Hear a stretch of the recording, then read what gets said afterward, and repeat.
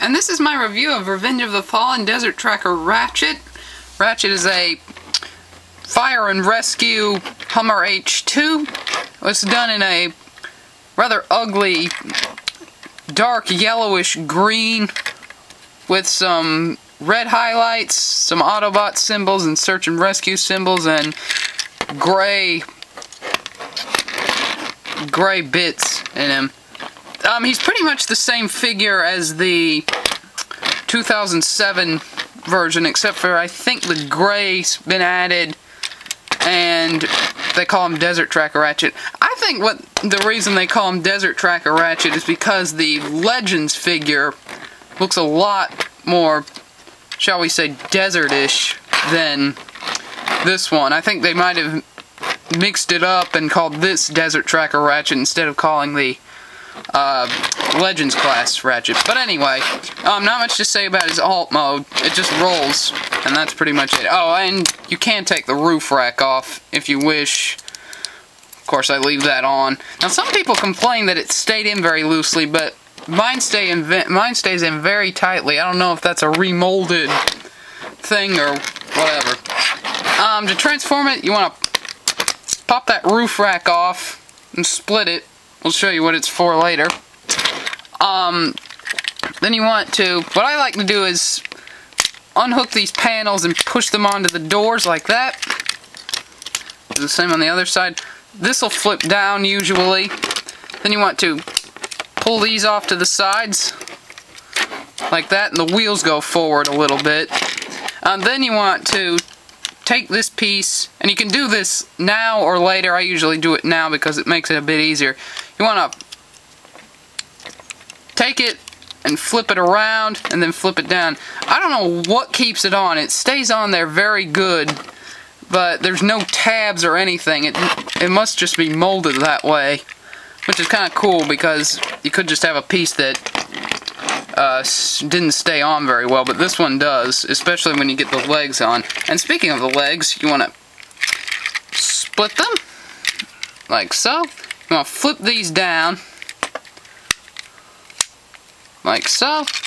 And then his automorph gimmick is in his feet. As you move his feet, these pieces flip forward and his knee panels go up. And what's kind of cool is that the knee panels actually can be flipped back a little bit, so it looks like if you want to, you can have him just tapping his foot, waiting for something. It's just something I thought of. You want to flip that down. Then you want to turn them around about 180, like that.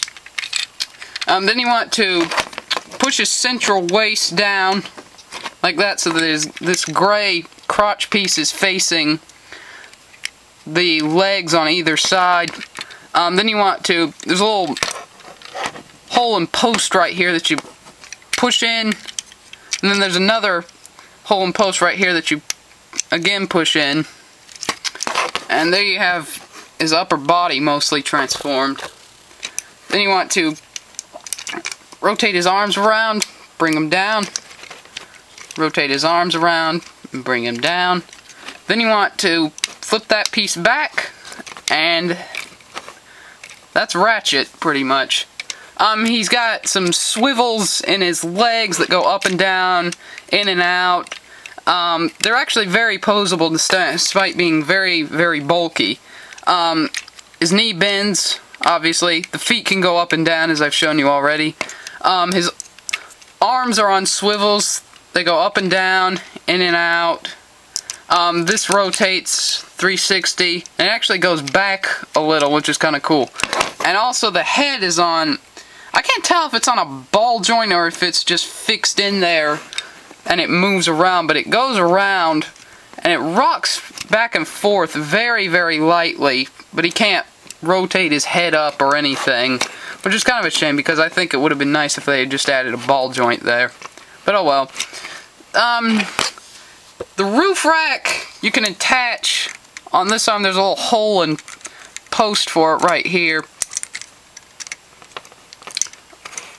So he can have like a shield, or if you want, you can push that forward so he has like, they call it a gun, but it doesn't look anything like it. I think it's meant more to be a claw type of gimmick, so he can pick things up.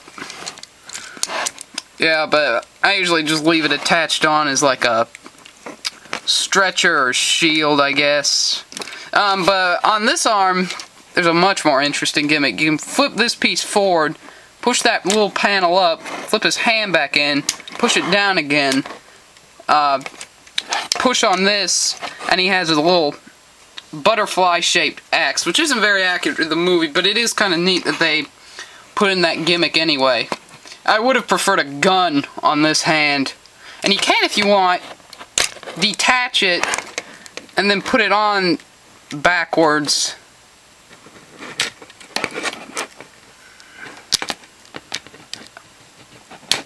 Like that, and then just flip it up like that so he does. It kinda looks like a gun, but not really, and I usually don't do that. I just use the axe on it. Like that. So actually, I really do like him. I like this mold. Again, I wish the coloring had been more movie accurate, but they did do a premium version for Blockbuster. I mean, not Blockbuster, Best Buy when the first movie came out, and I'm hoping that they're going to do that again. We'll have to wait and see. But I really, really like this figure. I'm going to get that out of the way right now. I really, really dig this mold. Revenge of the Fallen Desert Tracker Ratchet.